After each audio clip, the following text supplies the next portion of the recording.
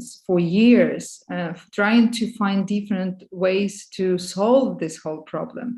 And unfortunately, Russia perceives it as weakness.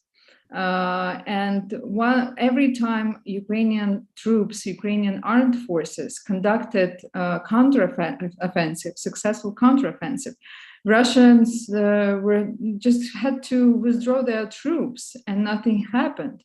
So I don't think that there is a risk of nuclear war because there is no threat to Russian territory. We are not going to fight on the Russian territory. We just want to take back what belongs to us.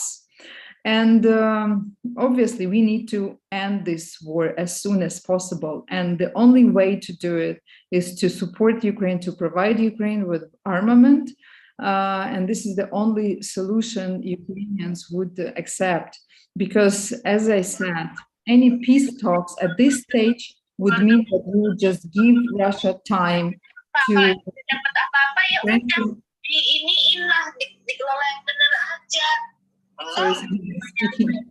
Sorry, but please. Yeah, we would just give Russia time to strengthen its army.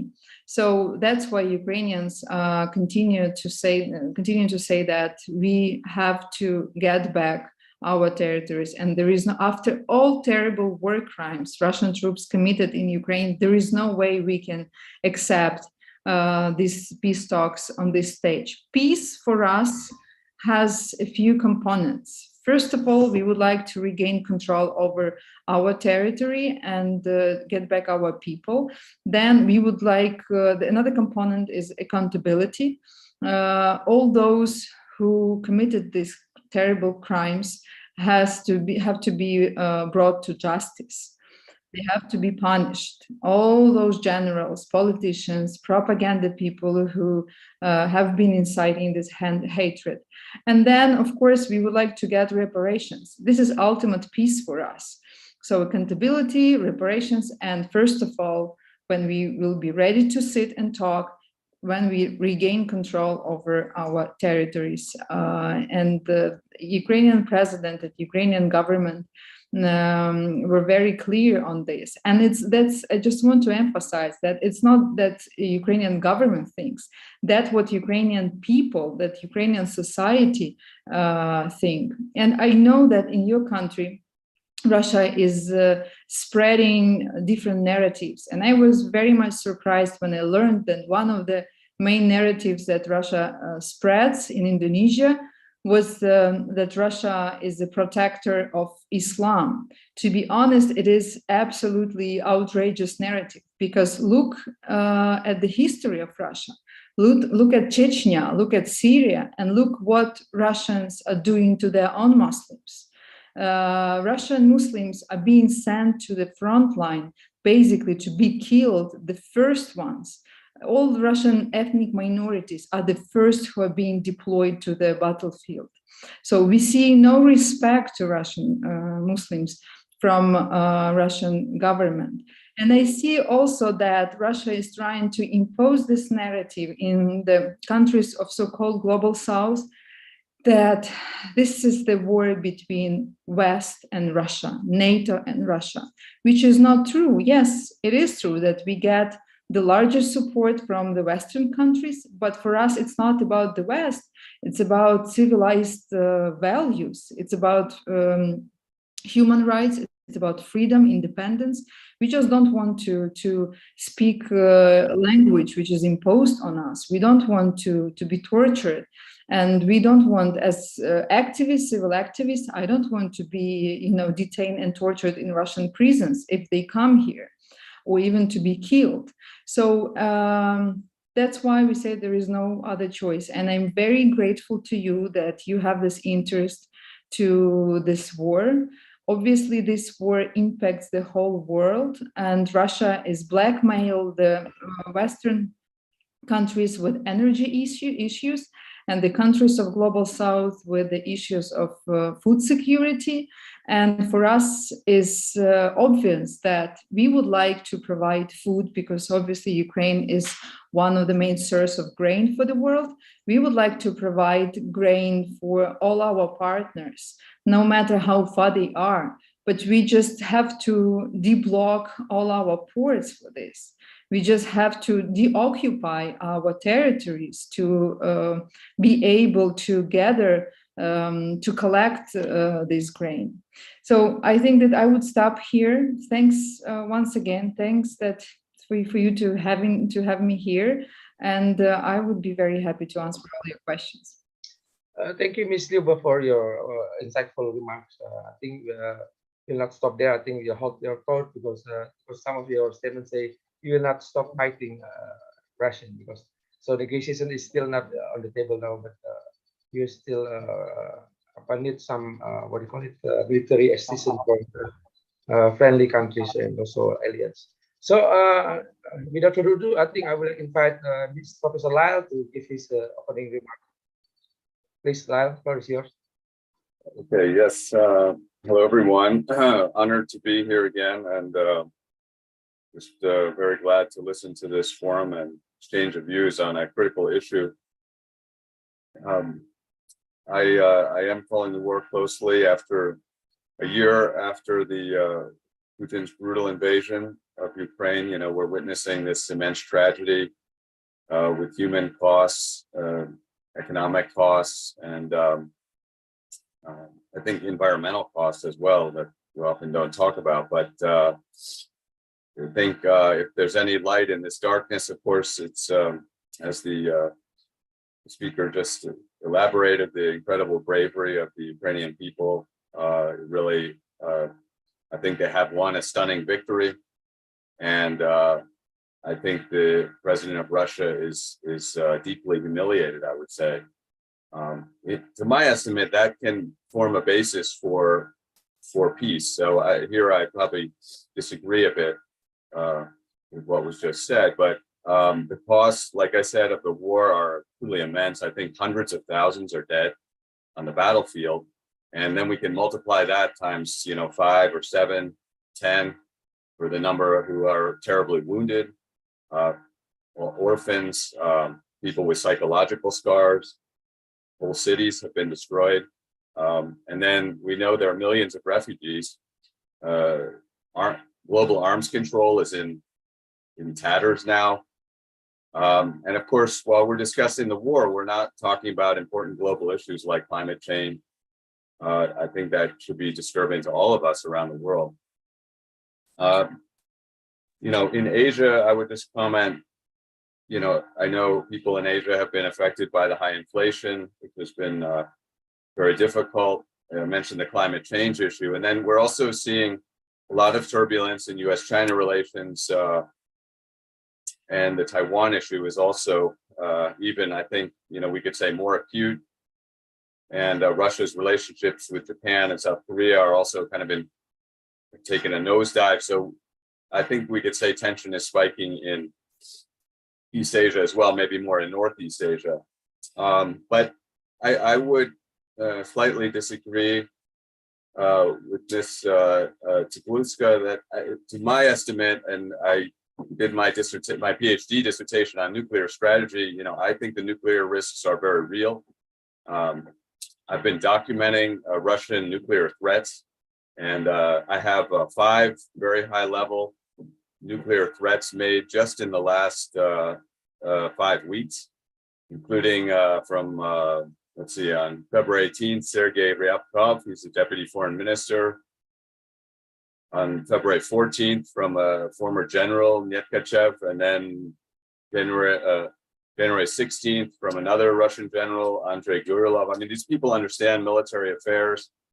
And I think we have to realize that we live in a nuclear world, and certain risks just cannot be taken. That's my view, and I'm happy to elaborate on that. So the risks are very high, and there are other risks too. Moldova, for example, it's now possibly, there could be escalation in that realm.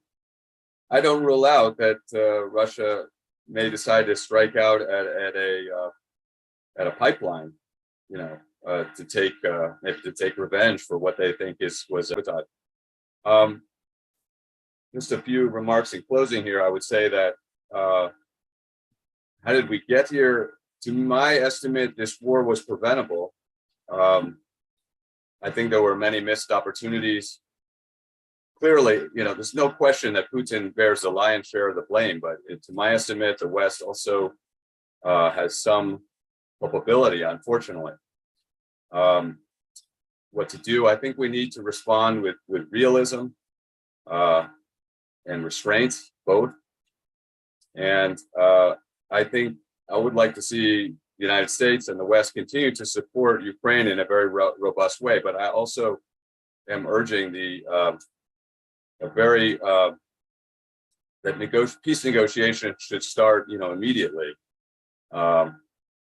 It's really well past due, and that is to stop the carnage in Ukraine, and also to prevent further escalation. And I'm very, very concerned about escalation. So let me stop there.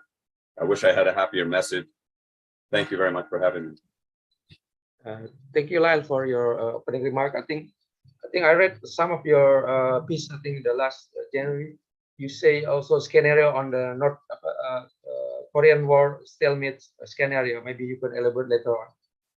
Okay, thank you very much, Lyle. Okay, I will move to Eden Call. I think I will invite Mr. Eden Call. Maybe you can give me an update what's going on in the field in Ukraine. Mr. Eden Call, please. The floor is yours. Sure, thanks, Benny. So my short update. I was in Ukraine in January. Had the opportunity to actually drive from southeast Poland to Kiev. So for the first time, I could see a little bit of the damage from the Zhytomyr front from the first months of the war. That's just west. If you've heard of Bucha, up in Borodyanka. It's just west of there. It was a theatre that was slightly neglected by journalists because the area was shut down for part of the war. And that was the place where the Ukrainians fought back extremely effectively. They brought a commander back from Donbass in March, this time last year, who then led the defense of Kiev region. And as everyone's seen, it was highly effective. And from that point, Ukraine has been pushing back Russian forces consistently. In each theatre, they use different tactics. Well, I should actually say they use different. They have different approaches at the operational level in each theatre. So the battle for Izium, the relief of Kharkiv going across to Izium, was slightly different to the type of warfare that was seen for liberation of right bank Kherson, going to Kherson city. Obviously, I mean, the theme of this event is Ukrainian resistance. And in that context, there's been a huge societal push to coordinate all kinds of support for the armed forces. Even now in Bakhmut, if I may generalize, the defensive positions that are being held are often held by older soldiers. They're soldiers who are either reservists or who'd left the army. They'd fought in Donbass 2014, 2017. And they volunteered again, and they've been holding the line there very effectively. And perhaps this brings me to where the Ukrainians have put the Russians in a position where the Russians can't do what they want to do. They just don't have the ability, whether in terms of logistics, communication. So Bakhmut, that's why you see a grind, sending forward all kinds of forces. In a mass infantry attack mode. The Russians have problems with ammunition supply, with fuel supply, and their air force is still active, but the air force can't do what it wants to do. And that's been the case ever since not only the battle for Kiev, but also the battle for battles around Kharkiv as well. The Russians deliberately sent units that they had brought back from Syria, who were used to getting up in the morning, having breakfast, bombing a civilian city in Syria with no air defense, going back, having lunch, bombing it again. That didn't work over Sumy, Chernihiv, and Kharkiv. So now they have a limited number of, they have pilots who are performing strike roles, low level, but every other day, the Russians are losing an Su-25 while it's striking targets along north of Bakhmut in particular, it's a theatre we don't hear much about. And that's one thing to remember about the war. There are certain theatres where we don't hear anything until it's time for more information to be revealed. Just as Russia lost 24th of February 2022, Russia launched 24 descent operations, as they would call them, basically airborne forces attacks, whether by plane or by helicopter. Only 2 of those attacks worked: Kherson City, Kakhovka Dam, and then also actually getting into Hostomel Airport under fire. And everyone else they lost, pretty much. They lost people around Kharkiv. They lost paratroopers who were actually in cargo planes, but of course we don't actually see the proof of that. It's rumor, as with much of the war.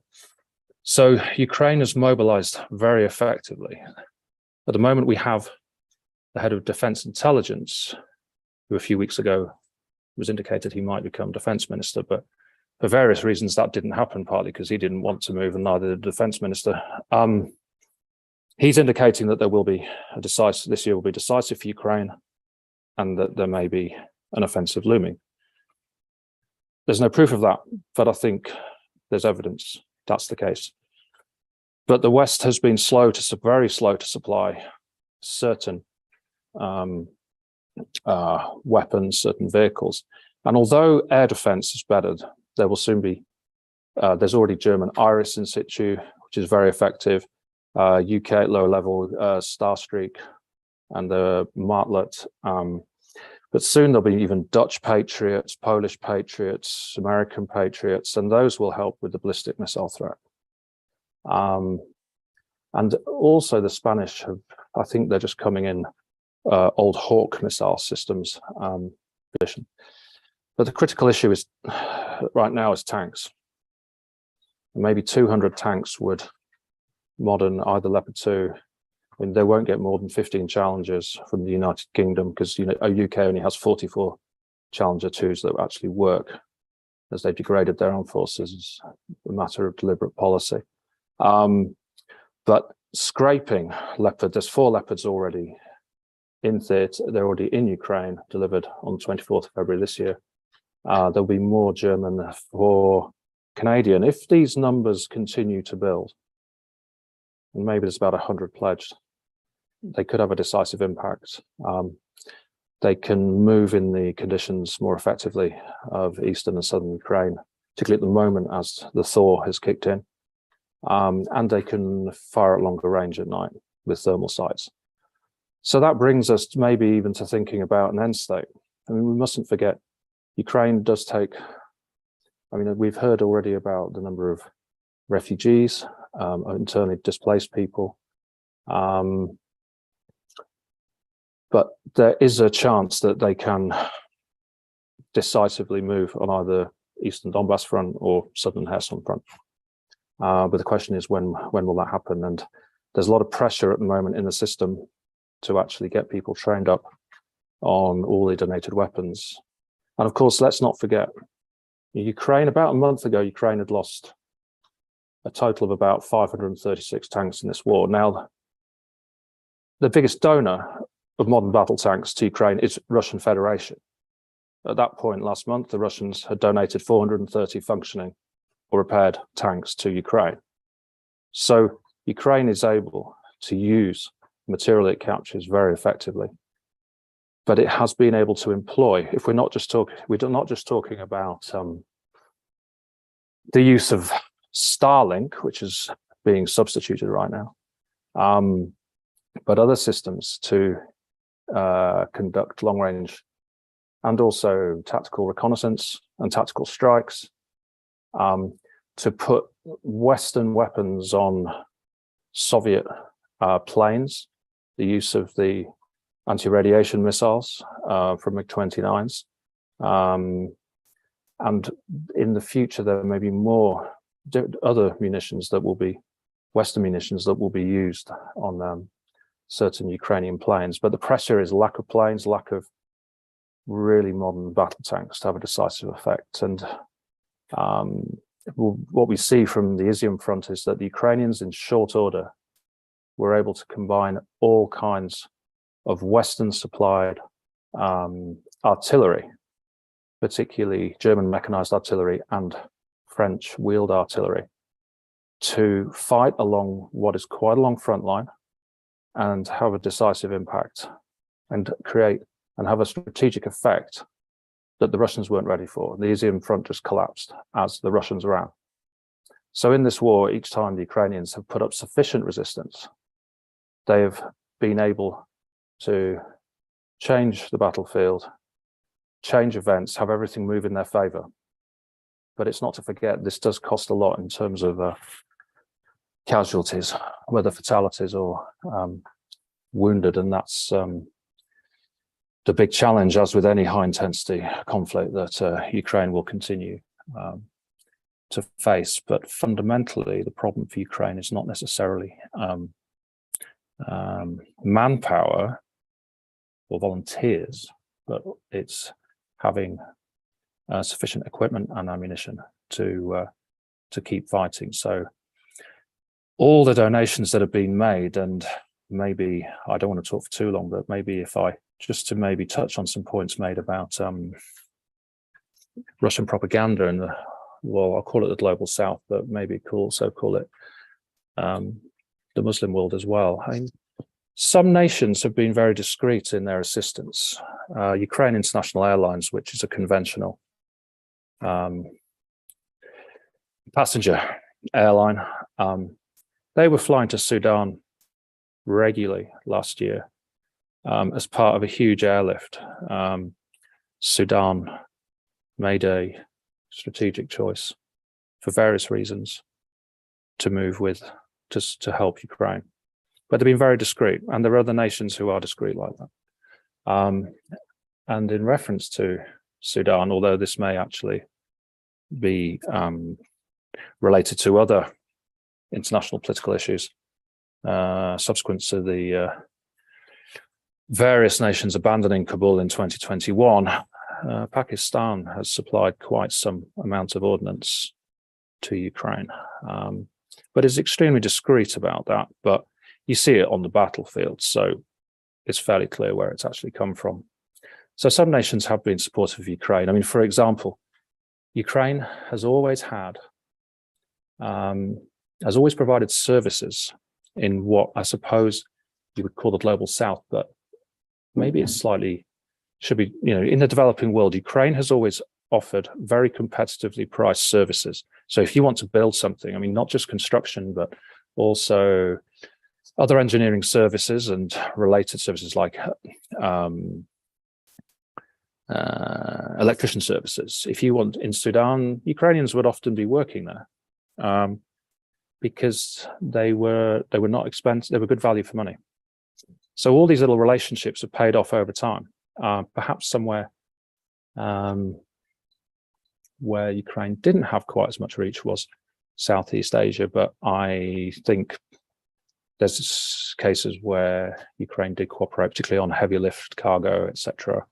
And to come to some of the myths and propaganda that Russia pushes out, since the last constitution, there's a lot of ironies here. President Boris Yeltsin went to great lengths to make sure that in the Russian Federation, and if we speak of Russia, like Russia in the sense of all its different ethnicities and religions, he made sure that to the point of one constitutional crisis in 1999, that he wouldn't favor one religion over another. So there was Judaism, Catholicism, Tibetan Buddhism, Islam. They all had equal status, but under the new constitution, a number of things have changed. The president is much higher, it's far beyond the parliament, and they changed the constitution to make sure orthodoxy had a slightly higher status than the other religions. Sorry, and this also, can we hold your talk, and then because we are running a little bit of the time, so sure. Because thank you very much, Aidan, for your very informative update on Sure. the situation on the ground. I think we can hold some questions to you later. Yeah, sure. Okay, we move on to Miss Kris Mada, please. Kris Mada, the floor is yours. Thank you, Pak Benny. Could everyone see my screen?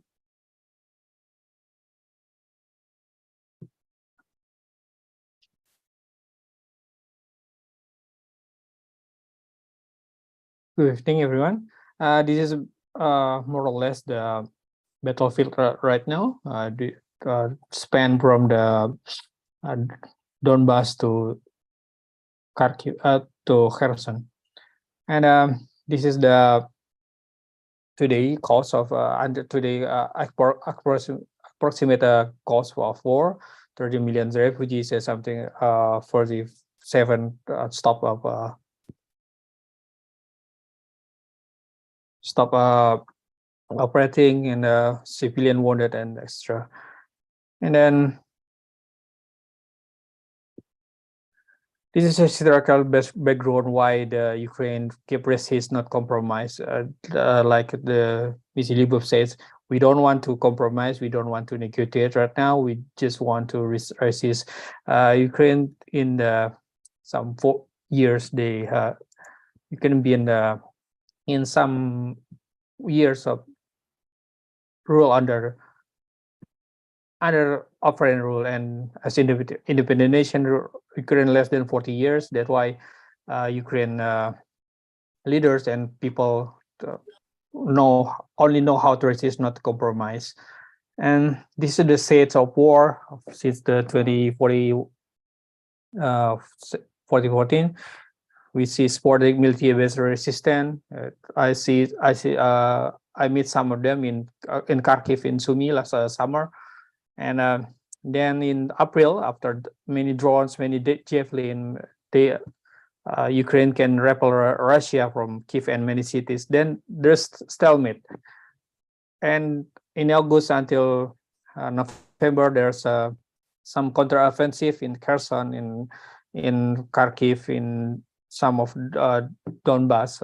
So it does the West weapon does make some different to war. And then after that we have stalemate. Why? Because less weapon, less Ukraine lack of artillery, Ukraine lack of ammunition, and very clearly Ukraine lack of tanks. Ukraine have many tanks from Russia, about 400 something T-72 to T-19, but it's not enough to counter offensive to Russia. This is what fighting factor for in Ukraine. So Ukraine very speed in mastering news how to operate the M7 every arm supply weapon. But this is the prevailing position. I have some quite similar with other speakers. This is the what is won, what is win for Ukraine. Win for Ukraine is only with if it reclaim all territory. That includes Crimea. And another prevailing position how to end this war is to secure the peace. Maybe it's long-term first, or long-term peace, or maybe just armistice like in Korea scenario. What might make Russia want to negotiate? It's clearly if Kremlin convinced they will lose in war. That's what happened in April, and then why Moscow looked like agree to negotiate in May, but unfortunately the negotiation it stopped. And then partner of Ukraine see they will to support Ukraine for a long time. Unfortunately, neither narrative will work today. Why? Because we've been supplied too little, too late. Ukraine just received artilleries on April after 2 months of invasion. Then there's logistical issues. The closest NATO base is almost 1,000 kilometers away from the front line. And yes, nuclear arsenal. I still remember how Ms. Florence Farley, a friend, say we don't want to have any nuclear war with we don't want have any war with nuclear power. And the other factor is Russia and Ukraine object to negotiate. But the winning support, this is what we see now. See the protest in Berlin last Saturday, and this is the poll in US by AP. This is warning support. Even yesterday in last Tuesday, the Biden official agreed in Congress for Ukraine aid. That's all from me. We will discuss later. Thank you, Pak Benny.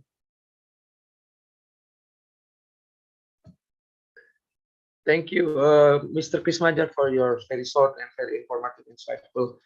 I think we can open up question and answer because we are very short of time.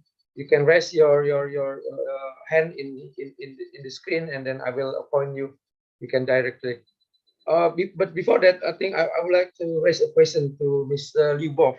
So when you say that, of course, the Ukrainians still want to fight and to expel the Russian, but it seems that in the eastern flank, eastern area, Luhansk Donetsk is kind of stalemate. So do you think that you really expect that how to push forward on the, what do you call it, the acceleration of the military existence to Ukraine? Do you think this can be able to help Ukraine to resist the Russian?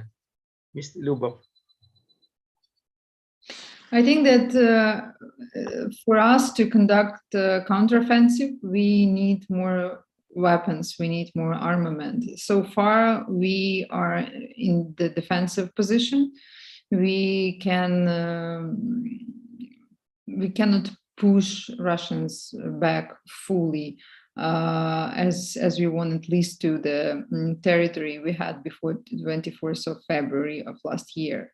So that's why we need more weapons. And we proved a few times already for the last year that we are able of winning. We are capable of winning. If we get enough assistance, if we get enough military support, we can conduct counteroffensive very effectively because of our creativity on the battlefield, because our people are very motivated, and generally because we are fighting for our land. That's why we, as I already said, that's why all people in Ukraine got united, and they have only one wish. And all polls show that Ukrainians don't want to negotiate on Russian terms. Ukrainians are ready to fight. Also, as you can imagine, it has been very exhausting for all of us, and we do have a lot of casualties. And but Russia hasn't managed to achieve any military goal, any military strategic goal. Russia hasn't managed to take any strategically important city in Ukraine. They were fighting for Mariupol, and they had to destroy Mariupol fully. They couldn't take Kharkiv. They took Kherson and they left. So, and obviously we see that now they are fighting for Bakhmut so desperately because they want at least some small victory. But Bakhmut is a very small town. It has no strategic importance. And just to add to what Eden was saying, and thank you, by the way, so much for your remarks. It was very interesting to listen. Russia, their military tactics is very old-fashioned and very inhumane, I would say. We see that they do not even pick up bodies of their dead soldiers, of their killed soldiers. They were building defense positions with dead bodies in all these winter months. And all reports shows that they don't even send, they don't pick up bodies and don't send them to their relatives back to Russia. So that's why Russians are driven not by motivation, but by fear, because Russian army has barrage units, those units who are standing behind the first line of those who fight, and they basically shoot those who are trying to retreat. So that just this small glimpse on how it looks from the Russian side. Yes, I think that we can expect successful counteroffensive if we get more ammunition and war weaponry. Thank you, Mr. Liubov. Following up your explanation, I will go to Mr. Lyle. So, do you think because for the last 2 weeks we heard that Ukraine is very need tanks for counteroffensive in the east area. So, do you think the what do you call it, the Leopard 2 will come in time to help Ukrainian to resist the Russian in eastern flank, Mr. Lyle? Because it takes time. Unless it's come from Poland, it's already come to Ukraine, right? What do you think about the acceleration of sending the tanks to Ukraine? I'm quite skeptical that the tanks time, or frankly that they'll make a difference. I mean, I think the evolution of warfare is such that tanks are very vulnerable. They're seen rather easily, especially if you have the adequate drone systems. And to me, and I've read some Russian analysis like this recently, that the infantry are really commanding the battlefield, infantry and artillery supplemented by drones. So tanks, it's not to say tanks aren't useful, they are, but they're more used as like mobile artillery. So I don't really see tanks as being at all decisive. They've become a great symbol, but I'm dubious that they could be helpful. Could I make one comment about the chances for peace? From what I do follow Russian media very carefully. I do think the Russians are ready to negotiate. I must disagree with the point made by our Ukrainian friend here. To me, Ukraine has already won. They've already won an incredible victory, and the status of Ukraine as an independent sovereign state is assured. Not only that, Ukraine has won the admiration of people all around the world. So I think Ukraine is in a good place, frankly. The idea that if Ukraine stopped fighting today, that Ukraine would cease to exist, I just don't agree with that. I think again, there was an existential threat, but really that passed in the first 2 or 4 weeks of the war. So right now, we're just seeing a slaughter, and I think an entire generation of Ukrainians is getting killed and wounded here for very dubious ends. To capture a few more towns in Donbass. To me, I think that's a big mistake from Ukraine's point of view, because Ukraine can be a very successful, neutral, and very well-armed state, something like Israel or something, and really flourish in the world community, and have triumphed over Russia in a very amazing way. So anyway, I'm advocating for peace sooner rather than later. Thank you. Lyle, sorry, there's a question for you come from the chats. I can read to you, right? Okay. The question is, what are the indicators that Russian will use their nuclear weapons against Ukrainian force in this war, and what will be the justification when they're using them? Well, I don't think it's extremely likely. Putin himself said in October, but by the way, President Biden said that we are closer to Armageddon than we have been since the Cuban Missile Crisis. So I'm not just making this up. I mean, the President of the United States has said very clearly that we are under a grave nuclear threat. And by the way, that includes not just a smaller exchange of tactical nuclear weapons, but there's a real chance of a US-Russian exchange. And that's partly because the Russians fully understand that it's the United States that's targeting the HIMARS weapons and, all but pulling the trigger. So, they know that basically Americans more or less are killing Russians, and that of course produces the kind of anger and dynamic that could cause escalation. But as far as evidence goes, Russia has a huge force of tactical nuclear weapons and strategic weapons. And to my estimate, those weapons could be used very quickly. And when I see generals who are very informed about military affairs on the Russian side saying, we should use these and we should have no inhibition about using them. We're defending, what they see as their territory. And they would be useful. Here's the key. A lot of military analysts have, I think are in denial and say, well, these weapons aren't at all useful. Well, they are, to my estimate, they would have a devastating effect both on the battlefield and psychologically. So, this is a major problem. And I haven't seen a persuasive argument that Ukraine could make a major breakthrough, inflict decisive defeat on the Russian army and not be hit by tactical weapons. Okay, And there Lyle. would be very little warning, I should say. They're not going to send around a white paper saying we're about to attack. Okay, Lyle. Okay. So it. Can I just give a comment, very brief comment? Oh yeah. Okay, please.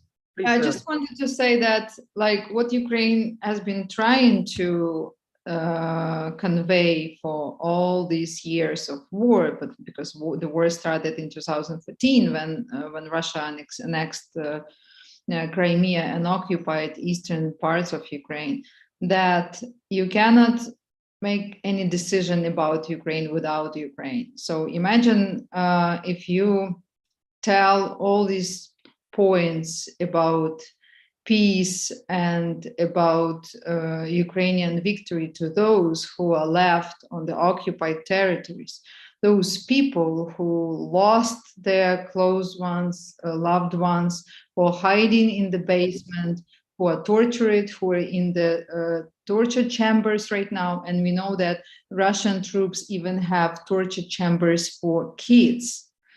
So I don't think that as long as Russia is a dictatorship, we can build any, civilized relationship with this country.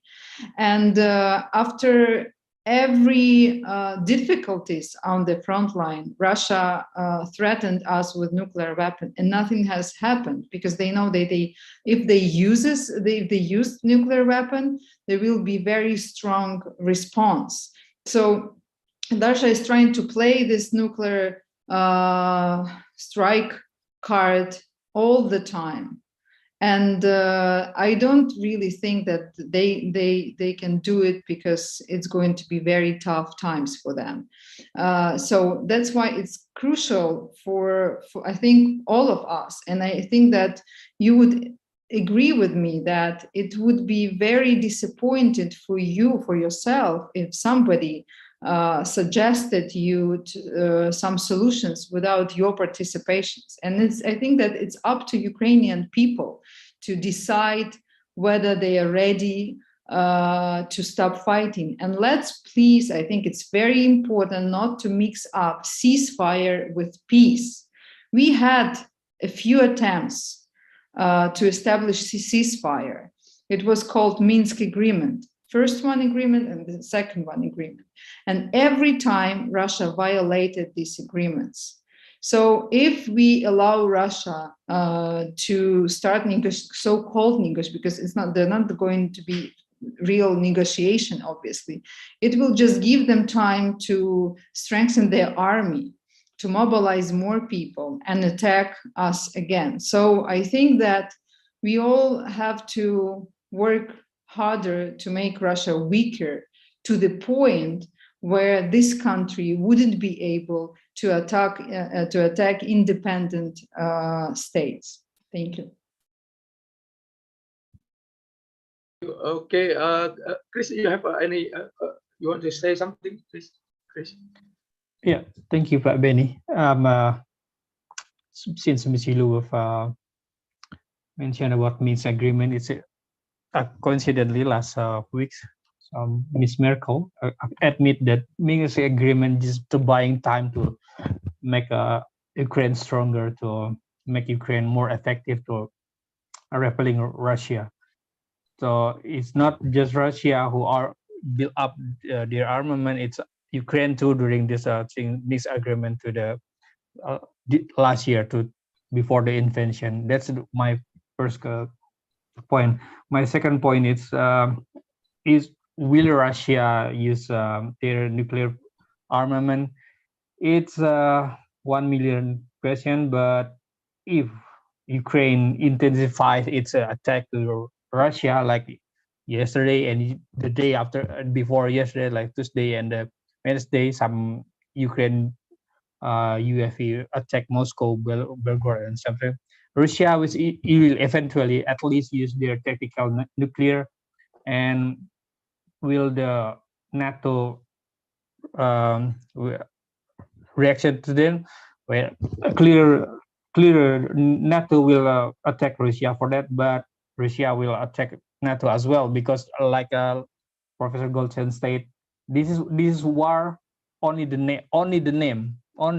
This is war between NATO and Russia, except the name.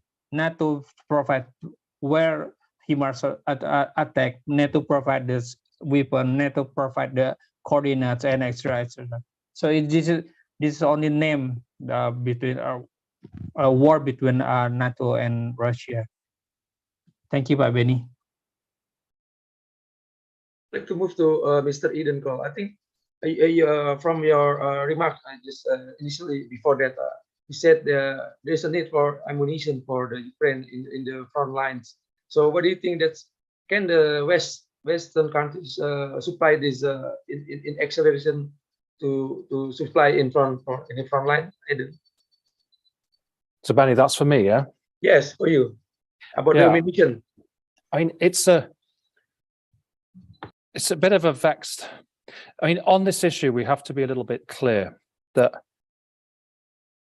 we can perceive certain countries, Euro-Atlantic nations, as NATO. But much of the assistance to Ukraine in this war, just as we see in the Ramstein format of defense ministers, which includes Japan, all the critical assistance from January 16th, 2022 has been done on bilateral basis. There was one point when President Zelensky said, maybe after 3 months of war, all we got from NATO was 400 gallons, I think it was tons of diesel, which had come from a NATO depot in the Baltics. The NATO Secretary General makes a lot of statements, like Ukraine needs more ammunition, or the West is running out of ammunition. But who's he actually speaking for? We have to be nuanced here, because whilst the Ramstein format with Ukraine offers an opportunity to coordinate assistance from a whole range of nations, big and small, and whether non-lethal or lethal, it's not necessarily NATO equipment, just as the HIMARS are American. Then you have the French César artillery systems, that's done by France. They coordinate. There is a cell there was an article in the New York Times or Washington Post about this last year. So it is public knowledge. All these nations then got together and created in Stuttgart a coordination cell, because the logistics of getting everything to Southeast Poland, whether it's flying in or on a train or whatever, then you've got to get it across the border. Then it's got to be repaired. German equipment's being repaired. Slovakia, Poland, Lithuania. A third of German donated equipment is being repaired at any one time. This is the critical issue. It's wear and tear, expenditure, whether you're talking about vehicles or ammunition. Is there an ammunition crisis? It's probably not quite as bad as it's portrayed in public, but of course, the Russians also have an ammunition problem at the moment. Their supplies that are reaching many different units are rusted, not just rusted together, but kind of rusted in place. They've actually rusted onto the containers. Western European nations have not, in many cases, started producing ammunition to replace what's being sent. I think in the case of the United States, it was already known, the production line for Stinger surface-to-air missiles, shoulder launched, was already closed down a long time ago. And there has been a global shortage of certain I think, precursors for ammunition production, ammonium nitrate and others. Ukraine for years was trying to get certain products from India after 2014 who wouldn't sell. So everyone needs to start manufacturing, and Sweden and Finland, who coordinate a lot on ammunition production and the budgeting of it, they've started making more NLAW anti-tank weapons, and Britain has finally joined in, because in the case of the United Kingdom, they've still not put on the order books the orders for ammunition to replace what they're given to Ukraine. I mean, it's nearly a year later, and javelins, NLAW, etc. So there's a policy problem in Germany.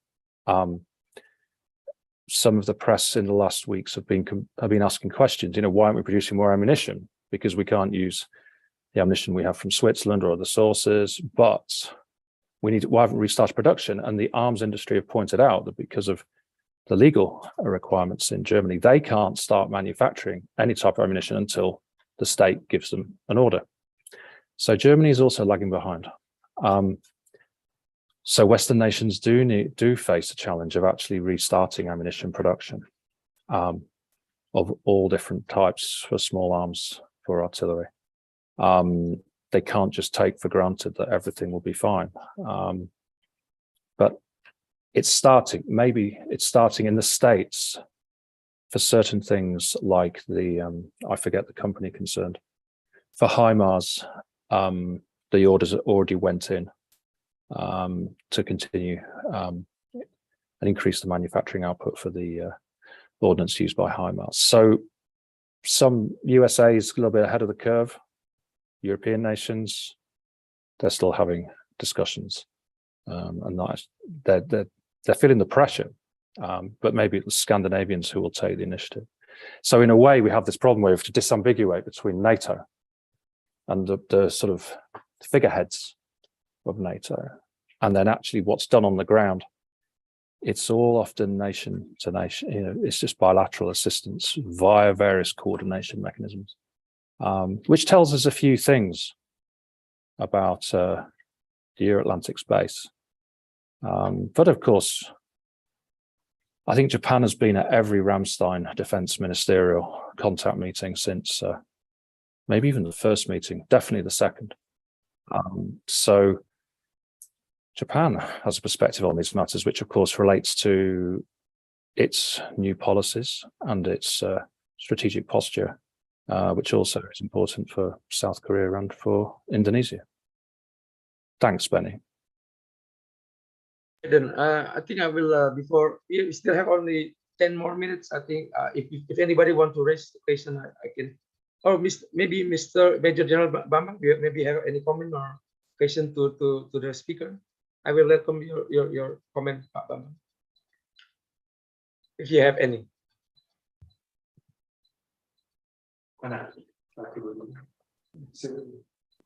Suaranya kurang keras, Pak. Maaf. Can you speak louder? Yeah. Thank you, Pak Benny. Yeah.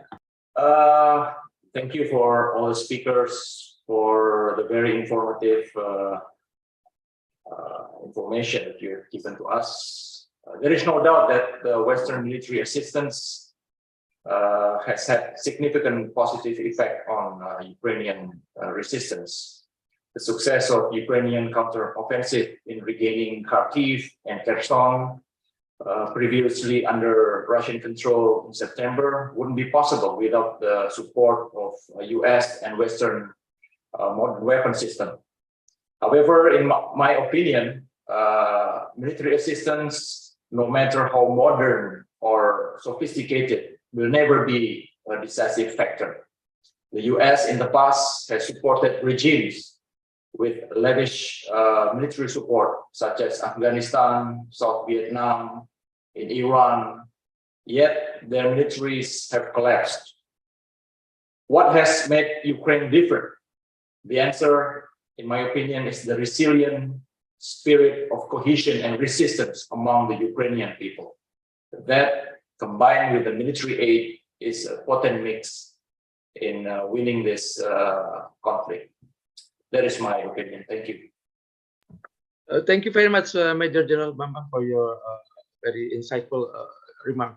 I think I will move to Mr. Liubov before we are running out of time. Maybe you can have a closing remarks with regard how the peace is still there or not, or if there is stalemate in the east. I think you have to decide whether you can continue or not, because as Mr. Lyle said, peace is one way to not to finish, as one solution to handle this issue. Can I have your closing remark, Ms. Liubov? Pak Goldstein ini terlalu optimis. Thank you so much. So I just want to add that nobody wants peace more than we Ukrainians. Believe me, there is no joy to live under constant shellings and to have life accompanied with the air raid siren all the time. Even in Kyiv, we feel it basically every day. And Russia has been trying to freeze us, to exhaust us throughout the winter, attacking our power plants, trying to deprive us of electricity and warmth and water. So obviously we want to get our lives back, but we just don't want to prolong this conflict. And if we start negotiations right now on Russian terms, giving Russia those territories that it managed to occupy, then it will only prolong the war. We think that we are able to end this war already this year. We are able to conduct counteroffensive with the support of our allies, with this military support of our partners. We don't want to repeat Syrian scenario. We don't want this war to take years. We all want to end this already this year, and the only one solution for this is to equip Ukraine so Ukrainian armed forces could do their job. Thank you. Thank you very much, Mr. Liubov. Okay, I will move to Lyle. Please, Lyle, can you have your closing remark then? Yeah, I guess I'm a little more pessimistic. I think, I mean, even in the New York Times this morning, there's a report on the front page saying about softening American support. And indeed, the money has been immense, and Americans are beginning to scratch their heads. I mean, I used to work for the Navy, and it's been said that we're spending 3 or 4 times on the Ukraine war what we do to buy ships for the Navy. And, you know, that makes Americans upset. You know, we want to make sure we're defending our own country. Let me propose an example of what happened in Korea, which is far from ideal, and the Koreans are still, the peninsula is still divided. But, you know, President Eisenhower ran for office saying he's going to end the bloodshed and bring the war to a halt. That was a very brave decision. He pushed aside some extremists who were arguing for expanding the war and continuing the war, and they were able to stop the war. Both sides pulled back, and the killing stopped. And it's of course it's not the ideal solution. You know, neither side won that solution, but that's what had to be done. And so to me, that's probably what is necessary. But Eisenhower was a general. He understood what war really means, how much death and destruction is involved. And he also understood the power of nuclear weapons and why we have to lower global tensions and prevent a global war. So over and over again, you know, Dien Bien Phu, Budapest, Kimoy and Matsu, Berlin, again and again, he said we need to compromise and establish a more stable peace. Thank you. Thank you, Professor Lyle, for your closing remark. I will move on to Mr. Eden Cole, a very short closing remark. Eden, please. Thank you very much, Pak Benny. If I may, to follow on from, if I may, General Bambang's point, Ukrainian society is built in a particular way from the ground up. small kind of community structures, little kind of district level, gromadas, all the way up. So despite all the issues that Ukraine has had since independence, there is a certain societal resilience and community built into its structures, and they're quite responsive at this local level. And I think the impact that much of the bilateral defense assistance had, although it was limited from 2014, it was enough to get the Ukrainians had 0 forces at high readiness in February 2014. By last year, they had a minimum of 40,000 at high readiness. And they were pushing December 21, January 22, let's mobilize, let's get ready for the inevitable. And of course, the war might have been slightly different in those circumstances, but it is what it is. They also had a number of not only soldiers, but also civilian volunteers go through the experience of holding the line pretty defensive, in a defensive fashion, although it's meant to be a ceasefire in Donbass.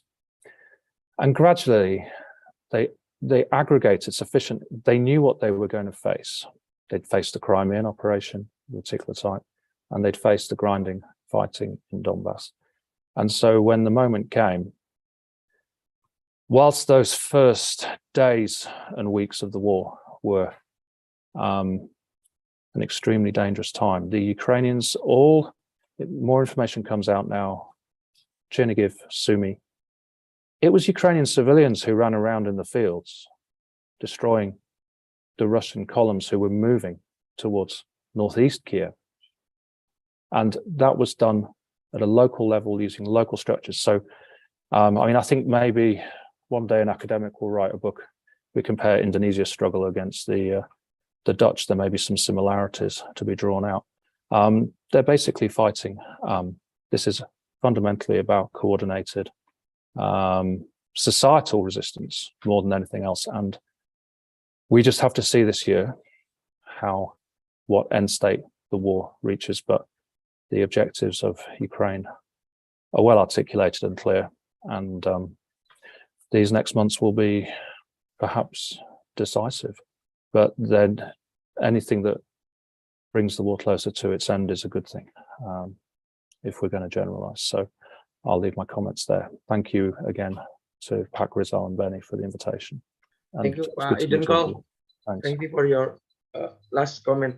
Okay, I will move to Pak Kris for your short closing remark, and then after that we take a picture all together. Please, Pak Kris Mada. Thank you, Pak Benny. Ukraine has the spirit, but they lack of weapons. Like General Nasrudin used to say, spirit alone will not win the war. We need weapons. The General Nasrudin used to say, cannot winning the war with takyari or bambu runcing. We need weapon, modern weapon. We need tanks. We need planes, air force, and etc. But unfortunately, NATO, US, UK, and etc. They will not speed their weapon supply to Ukraine for many reasons, for political issue, for logistical issue, for funding issue, etc., etc. So I don't see the war will end this year, maybe next year. Unfortunately, maybe President Zelensky will finish his term without winning this war. Thank you, Pak Benny. Thank you, Pak Kris. Ladies and gentlemen, I had an honorable speaker, Excellencies, all the respectable participants. Thank you very much for your coming, especially our honorable speaker from Miss Liubov, Tsibulska, Professor Lyle Goldstein, Idenko. Nice to meet you again, Pak Kris Mada, and also Major General Bambang. Thank you very much for your participating in our this live webinar. I would like to give credit to all of you and to give grateful for your participation.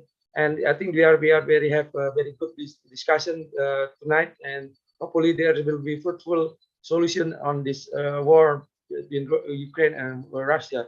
Yeah. For that, if we are finished, please we have to take a picture. Please open up your camera. We can take a picture together before we end up our webinar. Okay, please stand by the camera. We take a picture. Sebentar.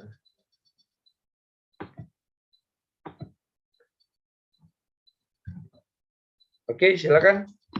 Bapak Ibu silakan buka kamera. Sebentar.